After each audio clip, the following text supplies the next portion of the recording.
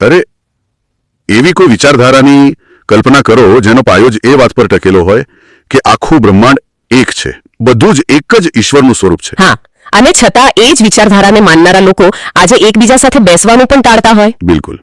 આજના આપણા ગહન અભ્યાસમાં આપણે શ્રી વલ્લભાચાર્યજીના પ્રાગટ્યોત્સવ નિમિત્તે લખાયેલા એક અત્યંત ચિંતનાત્મક લેખનું વિશ્લેષણ કરવાના છીએ. ઠીક છે, તો ચાલો આને વિગતવાર સમજીએ. ચોક્કસ. આપણું મુખ્ય મિશન અહીં પુષ્ટિ માર્ગના મૂળ સિદ્ધાંતો અને વર્તમાન સમયમાં તેમાં પ્રવેશેલા વિરોધાભાસોને સમજવાનું છે. આ બહુ રસપ્રદ વિષય છે. એટલે જોવા જઈએ તો આખી પરિસ્થિતિ પેલી ટેલિફોનની રમત જેવી લાગે છે. ટેલિફોનની રમત? હા, પેલી ચાઇનીઝ વિસ્પર્સની રમત હોય છે ને, જ્યાં મૂળ સ્થાપકનો સંદેશો પેઢીઓ પસાર થતા કેવી રીતે વહેંચાય અને બદલાઈ જાય છે, બસ એવું જ કંઈક. અરે હા, એકદમ સાચી વાત કહી. આ વિરોધાભાસો જ સૌથી મોટો કોયડો છે. જુઓ, 500 વર્ષ પહેલા જ્યારે શ્રી વલ્લભાચાર્યજીએ આ ફિલોસોફી આપી ત્યારે તેમનો સંદેશ બહુ સ્પષ્ટ હતો. અને એમને તો અગ્નિ અવતાર પણ માનવામાં આવે છે, ખરું ને? હા, બરાબર. એમણે બહુ સ્પષ્ટ રીતે સમજાવ્યું હતું કે બ્રહ્મ, પરમાત્મા કે કૃષ્ણ બધું એક જ છે. સૃષ્ટિમાં આપણને જે આટલી બધી વિવિધતા દેખાય છે એ બીજું કંઈ નહીં પણ ઈશ્વરની પોતાના નિજાનંદ માટે રચાયેલી એક લીલા છે. પણ જો બધું એક જ લીલા હોય તો પછી તેમના જ અનુયાયીઓ વચ્ચે આટલા બધા મતભેદો શા માટે છે? અહીં સૌથી રસપ્રદ બાબત એ છે કે લેખક બહુ સરસ વૈશ્વિક સરખામણી કરે છે. બૌદ્ધ ધર્મ 2500 વર્ષ જૂનો હોવા છતાં તેના અનુયાયીઓ આજે પણ મૂળ માર્ગ પર જ છે. ખ્રિસ્તી ધર્મ કે ઇસ્લામ અને જૈન ધર્મ પણ જુઓ. હા, એ બધામાં મૂળ ઉદ્દેશ હજુ સચવાયેલો છે. એટલું જ નહીં, સ્વામિનારાયણ સંપ્રદાય કે ઇસ્કોન જેવા અપેક્ષાકૃત નવા પ્રવાહોમાં પણ મૂળ સ્થાપકના સિદ્ધાંતોનું કેન્દ્રીય માળખું બહુ મજબૂત જોવા મળે છે. તો પછી પુષ્ટિ માર્ગમાં જવું કેમ બન્યું? મતલબ ત્યાં ક્યાં ગેરસમજ ઊભી થઈ?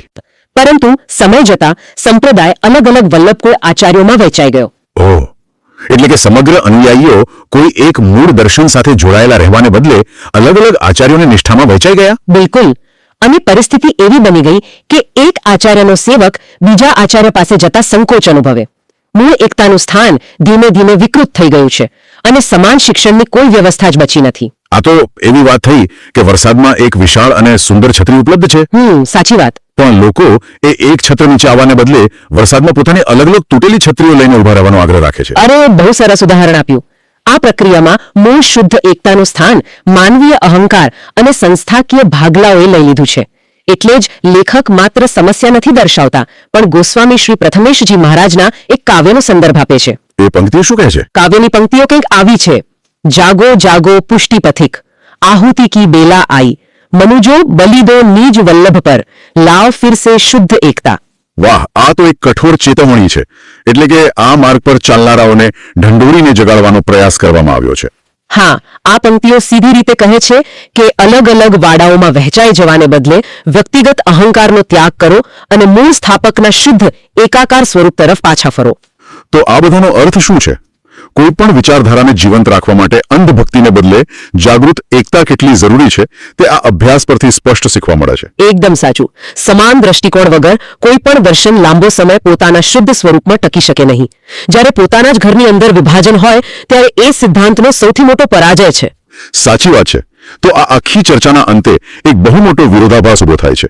જો ભગવાને આ સૃષ્ટિમાં વિવિધતા માત્ર પોતાના આનંદ અને લીલા માટે સર્જી હોય, હા, તો પછી તો માનવી અહંકાર દ્વારા ધર્મના નામે ઉભા કરાયેલા ભાગલાઓને આપણે ભગવાનની લીલા ગણવા જોઈએ કે પછી તેને સ્થાપકના મૂળ સંદેશનો ધીમો પણ નિશ્ચિત વિનાશ માનવો? આ એક એવો વિચાર છે જે કોઈ પણ વ્યક્તિને મંથન કરવા મજબૂર કરી દે છે.